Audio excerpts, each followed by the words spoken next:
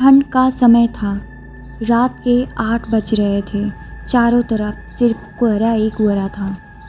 गांव के सभी लोग अपने अपने घरों में थे।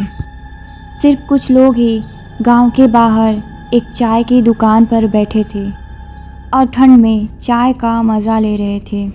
और तभी अचानक गांव से कुछ औरतों के रोने की आवाज़ आने लगी।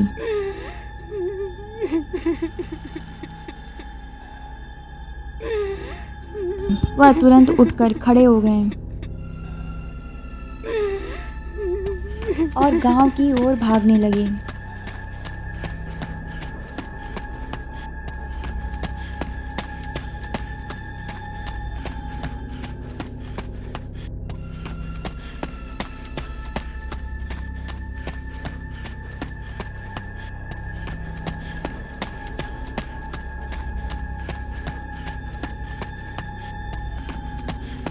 और एक घर के पास रुक गए। वो देखते हैं कि वहाँ एक लाश को लिटाया गया है।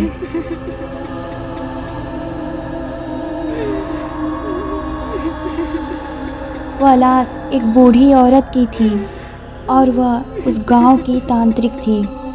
आखिर उस औरत के मरने के बाद लोगों के चेहरे पर डर क्यों था?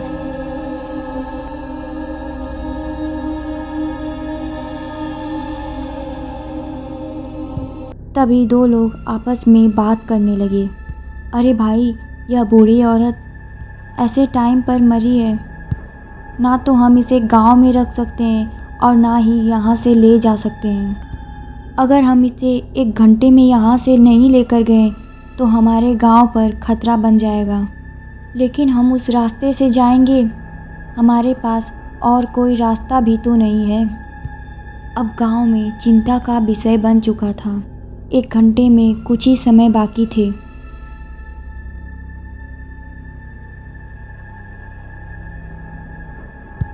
उस बॉडी को गांव के बीच रखकर लोग उस समस्या का समाधान निकाल रहे थे।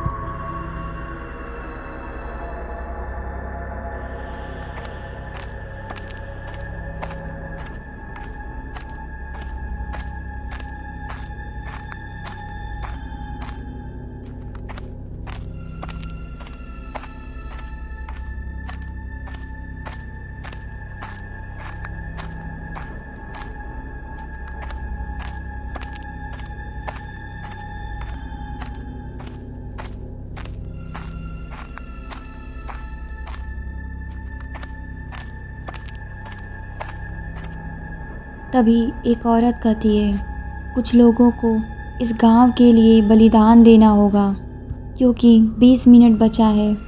अगर तुम इसको यहाँ से नहीं लेकर गए तो वो आत्माएं उसके शरीर में आकर प्रवेश कर लेगी और उस आत्मा के प्रकोप से हमारे बच्चों को कोई नहीं बचा पाएगा। उसके अंतिम संस्कार के लिए 5 लोग तैयार हो जाते हैं।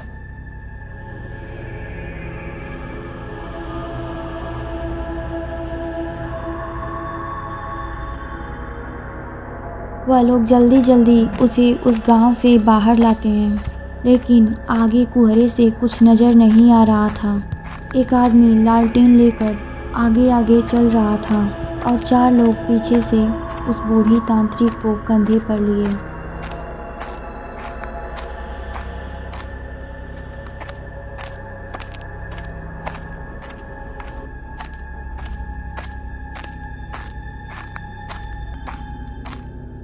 उन 5 के चेहरे पर भयानक डर छाया हुआ था, क्योंकि एक तरफ उस बूढ़ी तांत्रिक का डर और दूसरी तरफ उस जंगल के चुड़ैल का डर उन्हें सता रहा था।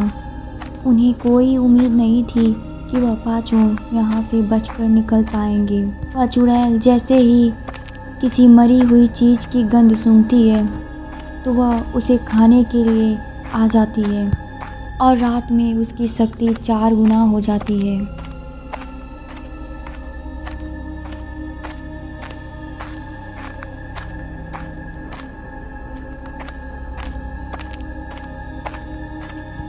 अब वह लोग उस जंगल के बीच पहुंच चुके थे। और उन्हें जंगल के उस पार जाना था। वह पांचों जितना तेज चल पा रहे थे उतना तेज चल रहे थे।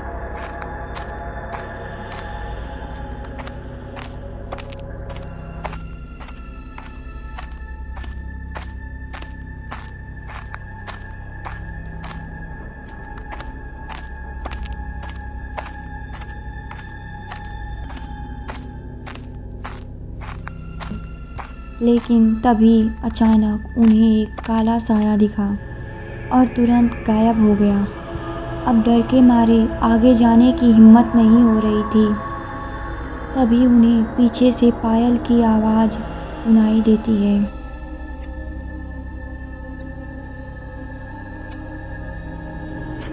वह लोग पीछे देखते हैं तो कुछ दूर पर लाल कपड़े में एक चुड़ैल दिखाई देती है।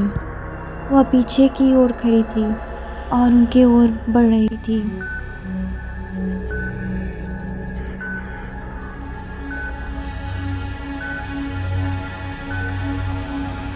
वह जल्दी जल्दी आगे की ओर बढ़े।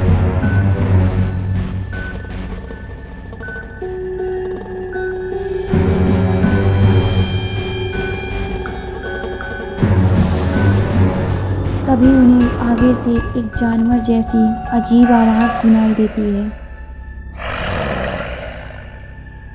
तब एक आदमी कहता है, चलो भाई हम पांचों एक साथ जाकर देखते हैं, क्योंकि अब अकेले आगे जाने की हिम्मत नहीं हो रही है। वह लाश को वहीं रख देते हैं और आगे जाकर देखते हैं।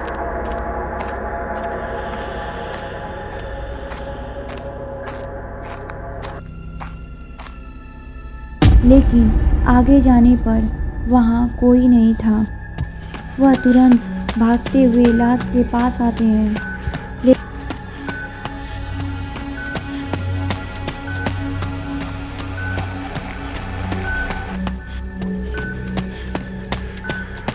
लेकिन उन्होंने जो देखा, उनके पैरों तले ज़मीन खिसक गई, क्योंकि वह लाश गायब थी। वह लोग समझ गए कि उस लाश को या तो चुड़ैल लेकर चली गई या फिर उन आत्माओं ने लाश के अंदर प्रवेश कर लिया है। वो लोग भागने लगे। वापस जाते समय उन्हें सामने ही जंगल की चुड़ैल ने घेर लिया और वो पीछे खस गए। और तभी एक आदमी के कंधे पर पीछे से किसी ने हाथ रख दिया। उन्होंने जब पीछे मुड़कर देखा तो वो लाश उनके सामने खड़ी थी। उस जंगल की चुड़ैल और वह आत्माओं ने उन्हें दोनों तरफ से घेर लिया। अब वह आखिरी रात बन गई। अब गांव में मातम छा गया। बूढ़े बच्चे सब मरने लगे। जंगल की चुड़ैल और उन आत्माओं ने गांव के ऊपर अपना प्रकोप बरसाने लगी। गांव वालों ने सोच विचार कर एक तांत्रिक को बुलाया। तांत्रिक ने बताया कि इस गांव में अब कोई नहीं बचेगा, सब लोग मारे जाएंगे, क्योंकि ये वो आत्माएं हैं जो खून की प्यासी हैं। दरअसल कुछ सालों पहले गांव में एक खुशहाल परिवार रहता था, जो कि उस रात उनकी खुशी मातम में बदल गई। उनके घर में आग लग गई और पूरा परिवार मारा गया। माता पिता बच्चे बूढ़े सब लोग उस आग में जलकर मर गए और उनकी इच्छाएं अधूरी रह गई। अब उनकी आत्माएं गांव वालों को परेशान करना शुरू कर दिया। उसी समय गांव में यह तांत्रिक आई थी और बहुत कोशिशों के बाद उन आत्माओं को उस बूढ़ी तांत्रिक ने कैद किया था। और तभी उन आत्माओं ने उस गांव में चीख कर कहा था, जिस दिन इस औरत की मौत होगी उसी दिन 1 घंटे बाद हम लोग इसके शरीर में प्रवेश कर लेंगे और पूरे गांव को बर्बाद कर देंगे। तांत्रिक समझ गया था कि उसे क्या करना है। वह मुर्दा घर से एक लाश मंगवाई और सभी गांव वालों से बोला, तुम सब लोग अपना बाल और नाखून थोड़ा थोड़ा काटकर इस लाश पर रख दो और अपनी उंगलियों को थोड़ा सा काटकर इस लाश के ऊपर 2 बूंद खून डाल दो। गांव के बूढ़े बच्चे सब लोग उस लाश के ऊपर अपना बाल, नाखून और थोड़ा थोड़ा खून दे देते हैं और फिर वह तांत्रिक उस लाश को जंगल में छोड़ आता है। तभी सारी आत्माएं उस लाश पर हावी हो जाती हैं और फिर वह तांत्रिक उन लाशों को कैद कर लेता है। फिर वह लोग उस बूढ़ी तांत्रिक की लाश को और उस लाश को दफना देते हैं। उस दोनों लाश के अंतिम संस्कार होने के बाद अब पूरा गांव शांत था।